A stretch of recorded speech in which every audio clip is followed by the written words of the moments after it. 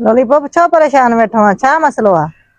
मासी परेशान मां इन जे कल्याण तो सोची दो पिया को कम कला पैसा कमाया घल भलो ठवायूं पो निभागा कमा ना वनी पो कम करे तो छो रोज कर्जे हरा दर खड़काए नची। मासी गाल तो जी सही आ कम कलन का तो कला पर कम कलन सा तकलीफ थींदी आ मां चवंदा एलो को कम मिले ये एसी लगा पिया लेन लख रुपया तनखा हुजे पर चलो शको न हुजे पो एड़ो काम तो तोखे जिंदगी में कोन मिलदो न भागो पो कमाए दे कोन इसा दर ते कह रयो थी वली के लायो एक अच्छा वट पैसो कोन वली मेहमानन झोल फैली वासी घर में कोई आए या मरिया निकरे ही कोई कौन थो। हां बिजली आहे बिजली छई साल थियो असा वट आई कोन।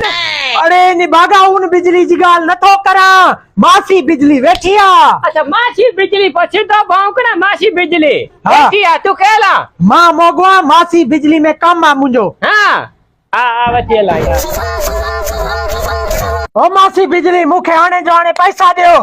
निभागा लॉलीपॉप कमाए तो मैं तोखे पैसा दे ना मां का तो नहीं तोखे पैसा। मासी छाजा पैसा है तकलो तकलो थे तो लोज पैसा पैसा छाजा पैसा था जे लॉलीपॉप जने तो नंढो होंदो है मां जी दुकान तो तुझे ला पेपर वठदी होई मां मां जने लॉलीपॉप कमाए तो मैं तोखे पैसा दींदी मां। तो कई शाबाश है उबाले का छो वलताई पेंपल हां अन्या उबारो आ मासी जने मुखा पेपर वरता ना उन माल मुजा हेडा हेडा वार हुया टेंशन करे करे मां गंजो थी आ।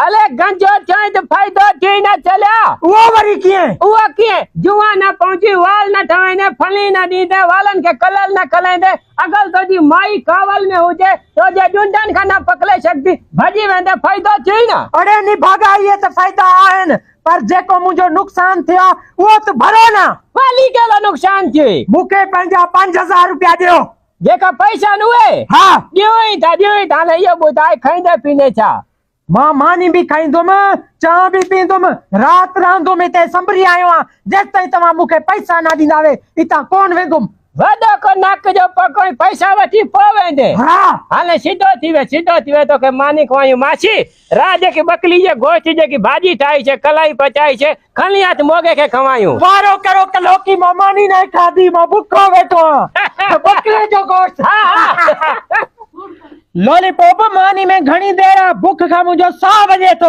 अले अच्छे थी मानी अच्छे थी लात भला